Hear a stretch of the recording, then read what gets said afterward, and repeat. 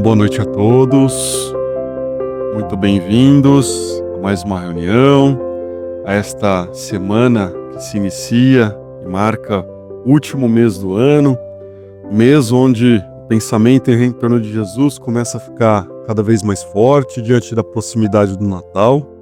Então vamos lembrar da figura de nosso Mestre, estudando aqui o Evangelho segundo o Espiritismo. Estamos no capítulo de número 6, o Cristo Consolador.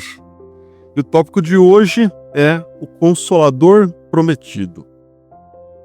O estudo desta noite vai se basear especialmente numa passagem que está no capítulo 14 do Evangelho de João, que diz assim: Se me amais, guardai os meus mandamentos, e eu rogarei a meu Pai, e ele vos enviará outro Consolador, a fim de que fique eternamente convosco. O Espírito de verdade, que o mundo não pode receber, porque não o vê e absolutamente o não conhece. Mas quanto a vós, conhecê-lo-eis, porque ficará convosco e estará em vós. Porém, o Consolador, que é o Espírito Santo, que meu Pai enviará em meu nome, vos ensinará todas as coisas e vos fará recordar tudo o que vos tenho dito. Alguns trechos do Evangelho que, quando a gente faz uma leitura inicial, parece um tanto quanto despretensioso, mas à medida que nós aprofundamos a leitura, procuramos conhecer ali o significado, o contexto daquele texto, a gente pode tirar lições ali muito profundas. É o caso deste trecho trazido aqui no Evangelho de João. Um trecho que pode ser, para nós aqui agora reencarnados no século XXI, talvez um dos principais textos do Evangelho. Porque aqui, na verdade, Jesus está dialogando com toda a humanidade futura. Né? Apenas para que nós possamos melhor contextualizar, quando nós nos debruçamos lá nos capítulos 14 a 17 do Evangelho de João, nós temos o que é denominado o Sermão do Cenáculo. Cenáculo é o local onde Jesus compartilhou a última ceia com os seus discípulos. Portanto, quando Jesus disse essas palavras aos seus discípulos, ele estava dizendo num contexto de despedida, porque Jesus já havia antevisto que passaria pelo martírio da crucificação, e estava ali deixando algumas palavras de incentivo, de consolo para os seus discípulos. Mas Jesus ali não dialogava tão somente com os seus discípulos. Quando disse que viria um outro Consolador, ele estava justamente deixando uma mensagem para a humanidade futura, para todos nós que viríamos depois e viemos repetidas vezes aqui no plano terrestre, e para a humanidade de hoje, nesse momento, que se depara com essa possibilidade de ter um Consolador igualmente enviado por Deus, assim como Jesus veio e nos trouxe lições, nos trouxe uma direção. Naturalmente que, vivendo uma experiência encarnatória, uma experiência num corpo físico perecível, Jesus estaria entre nós como um ser humano encarnado por pouco tempo, em razão da provisoriedade da experiência no corpo físico. Embora as suas lições tenham deixado marcas profundas que ressoam até hoje, nós temos de reconhecer que seria muito bom se nós tivéssemos a presença onipresente do nosso Mestre aqui, pudéssemos consultá-lo a todo e qualquer momento, né? Como se ele estivesse aqui encarnado entre nós. Mas não é assim que a lei de Deus funciona. Então, por conta disso, Jesus prometeu que pediria a Deus o envio de um outro Consolador, de alguém que pudesse, ou de alguma situação, alguma realidade que pudesse nos servir de amparo e de direção. Então é por isso que Jesus deu esse recado aos seus discípulos. Aí, segundo Jesus, nesta passagem destacada do Evangelho de João, esse outro consolador que o mundo receberia é o Espírito de verdade, que a humanidade conheceria no tempo certo. Naquele momento que Jesus disse essas palavras aos seus discípulos, a humanidade ainda não estava em condições de conhecer esse outro consolador, né? Até porque a nossa evolução espiritual, como a doutrina espírita vem nos auxiliando a compreender, ela é gradual, ela é obtida passo a passo, um esforço por vez. E quando Jesus lançou as sementes do seu evangelho, já naquela época, a humanidade não teve condições de compreender em sua inteireza aquelas lições.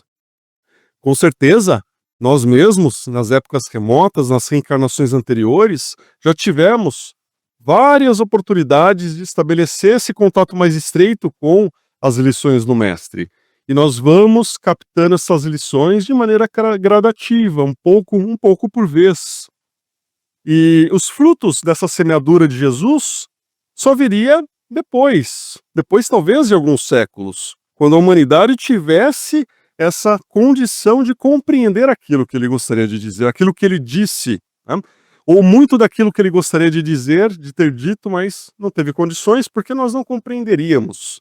Vejam que até aqueles que ladearam com Jesus, caminharam com ele, até como seus discípulos, nem todos conseguiram entender na inteireza a lição do mestre, né? Podemos até nos lembrar aqui do exemplo de Nicodemos, o doutor da lei, aquele que trazia consigo talvez o símbolo de alguém que reunia em si o maior grau de conhecimento intelectual da época. Ele foi tratar com Jesus a respeito de como poderia chegar no reino de Deus. Jesus disse que precisava nascer de novo, querendo levar para Nicodemos as primeiras bases, a ideia da reencarnação, e Nicodemos simplesmente não conseguiu compreender nada do que o mestre dizia. Como um retrato da humanidade naquela época, que estava tendo ali à disposição uma série de lições, mas aquele momento não era ainda o mais adequado para a compreensão. É como o Emmanuel diz, há a hora psicológica para tudo. Então, naquele momento não havia o aspecto psicológico, o aspecto intelectual para entender certos aspectos da lição de nosso mestre. Tanto que a história provou que depois que Jesus trouxe as suas lições, o cristianismo, que nós podemos dizer assim, primitivo, que traz as essências das lições do nosso mestre, ao longo dos séculos, nós vimos a deturpação desses ensinamentos. Vimos uma série de círculos religiosos criados pelos homens, querendo interpretar as lições de Jesus conforme o seu bel prazer, procurando privilegiar um ganho de poder político e econômico, né? Então, por isso que as religiões foram deturpadas ao longo do tempo e por isso que os ensinamentos sagrados trazidos por Jesus acabaram sendo distorcidos para a obtenção de fins pessoais, né? Então, ainda de acordo com Jesus, com esse trecho que nós destacamos do Evangelho de João, o Consolador prometido não estaria tão somente de passagem entre nós, como o período de encarnação de Jesus. Não. Ele permaneceria conosco, né? E para cumprir uma dupla missão, um duplo objetivo, podemos assim dizer, o de nos ensinar todas as coisas e o de relembrar as lições do Cristo. Então, se esse Consolador, que Jesus disse que virá, tem como objetivo nos ensinar todas as coisas, então quero dizer que, de fato, Jesus não teve condições de dizer todas as coisas quando ele aqui esteve. Como dito, não porque Jesus não queria ou não podia, mas porque nós não tínhamos condições de assimilar as lições que o Mestre tinha para nos oferecer. Tanto que esse Consolador vem para nos ajudar a relembrar as lições de Jesus, aquelas lições que estão escondidas dentre as interpretações deturpadas que nós recebemos, né? Então esse Consolador tem o objetivo de clarear, esclarecer as lições, fazendo com que nós tenhamos a condição de compreender o pensamento de Jesus em sua essência. Nós possamos beber na fonte, né? Como se o nosso mestre estivesse caminhando aqui entre nós, pregando e nos ensinando. Então esse é o objetivo desse Consolador prometido, para que ele possa nos auxiliar a bem compreender essas lições de Jesus, para que incorporemos em nossas vidas. Tanto que Emmanuel vai nos recordar que, prometendo a vinda do Consolador, Jesus, em momento algum, anunciou a liberação milagrosa dos nossos compromissos perante a lei. De forma alguma, nós vamos ter condições, por meio desse Consolador, de nos ver longe das nossas obrigações, né? Mas sim, esse Consolador representa a presença da luz que nos permitirá sintonizar com a verdade, né? Por meio dessas ideias, nós possamos nos sintonizar com Deus, nos sintonizar com essa verdade existente e relacionada ao porquê da nossa existência, o porquê das nossas batalhas, né? O porquê da nossa luta pela evolução espiritual. Ou seja, a vinda desse Consolador prometido significaria a verdadeira possibilidade de, enfim, entendermos as lições que Jesus quis trazer, que nos trouxe, mas que até então nós não tínhamos condições de compreender. Mas quem ou o que será o Consolador prometido anunciado aqui por Jesus durante a última ceia que foi compartilhada com seus discípulos? Será que o Consolador prometido já está entre nós? Então, na mensagem desta noite, no tópico que nós estamos trabalhando esta noite, Kardec vem nos anunciar que o Consolador prometido é a doutrina espírita. Quando ele diz assim: assim, o Espiritismo realiza o que Jesus disse do Consolador prometido: conhecimento das coisas, fazendo que o homem saiba de onde vem, para onde vai e por que está na terra. Atrai para os verdadeiros princípios da lei de Deus e consola pela fé e pela esperança. Somos da posição de que todas as religiões precisam ser respeitadas, as religiões levadas a sério por pessoas de bem que desejam consolar o coração alheio, que são devotos do amor ao próximo, que procuram auxiliar o ser humano. Todas têm o nosso respeito, porque visam e objetivam a conexão com Deus, que é o objetivo final de toda e qualquer religião, de todo e qualquer propósito religioso. Porém, nós temos de admitir que, enquanto a maioria das religiões olham para trás na história, prendem-se muitas vezes àquelas interpretações deturpadas do texto evangélico, a doutrina espírita veio com o propósito de nos trazer o cristianismo primitivo, o cristianismo redivivo.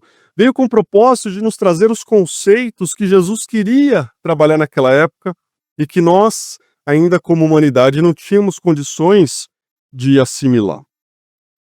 Tanto que, na questão número 798 de Livro dos Espíritos, Kardec vai perguntar se a doutrina espírita se tornará uma crença comum, uma crença única, talvez, ou uma crença que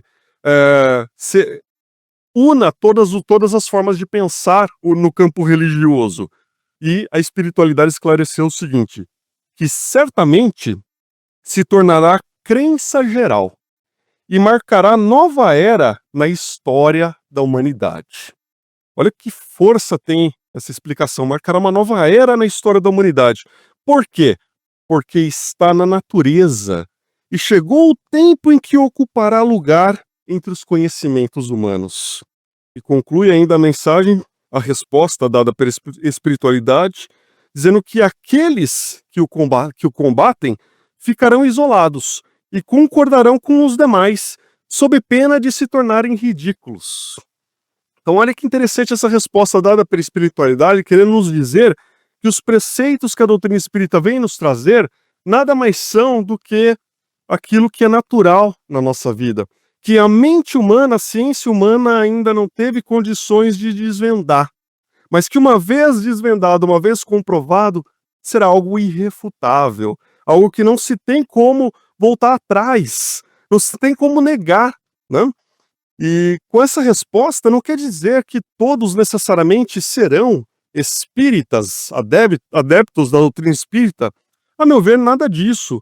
Mas nos parece que alguns preceitos da doutrina espírita serão objeto de comprovação irrefutável, ao ponto de que nenhum outro círculo religioso será capaz de discordar, como, por exemplo, a pluralidade dos mundos habitados, que a verdadeira vida é espiritual, que existe a reencarnação e que ela é necessária para que o espírito possa passar pelo seu progresso, a lei de ação e reação, a possibilidade, até mesmo a necessidade de comunicação com o plano espiritual, são todos fatos naturais que naturalmente, que consequentemente serão objeto de comprovação.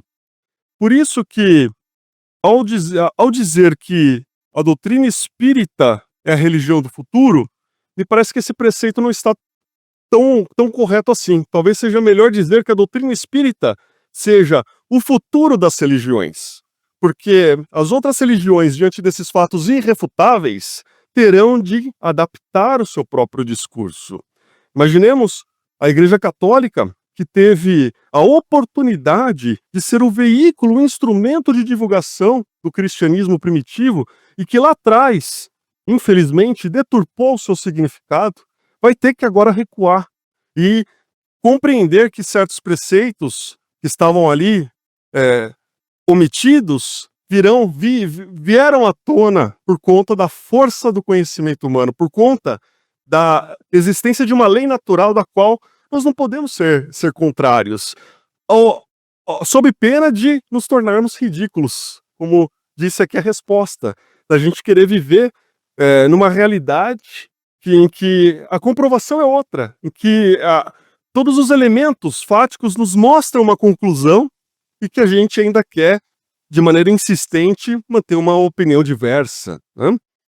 Então, nesse sentido, nos parece que, de fato, a doutrina espírita vem nos trazer esses elementos do cristianismo primitivo e vem nos descortinar uma nova possibilidade, a possibilidade de nós entendermos o que Jesus quis nos dizer, que nós não fiquemos presos naquilo que os outros interpretaram como sendo a palavra correta de Jesus, mas nós temos a oportunidade, e se a gente for abrir os livros psicografados por Chico Xavier, quantas lições Jesus nos traz ali naqueles livros, em complemento àquilo que está nos evangelhos, né? Então não há dúvida de que o futuro das religiões está baseado, calcado nos preceitos da doutrina espírita.